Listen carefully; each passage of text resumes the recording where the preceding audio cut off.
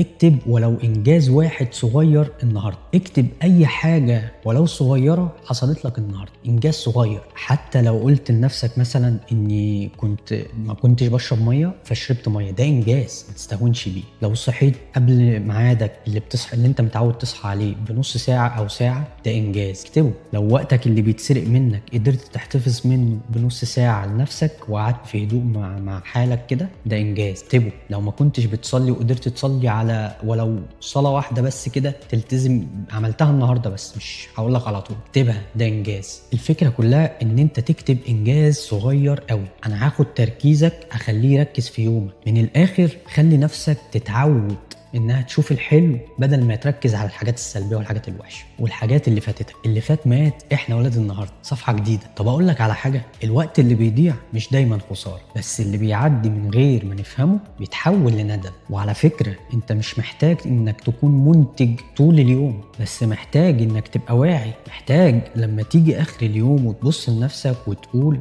انا كنت هنا وحاولت اكون كويس النهارده مع نفسي. محدش فينا يقدر يظبط كل حاجه، ومفيش جدول هينقذ يومك لو جواك في حاجه مأجلها. بس كل مره تقرب من نفسك تسألها، تحبها، وتحاول تعيش يومك بوعي، انت كده بتربي جواك انسان مش مجرد شخص بيعدي الايام. وفي الاخر اليوم اللي بيعدي منك من غير ما تحس بيه مش لازم يتحول لجلد ذاتك، ممكن يبقى رساله بتقولك قوم وخلي بكره مختلف ولو بنسبه بسيطه. اليوم اللي بتحسه ملكك هو ده اللي بيفضل عايش جواك.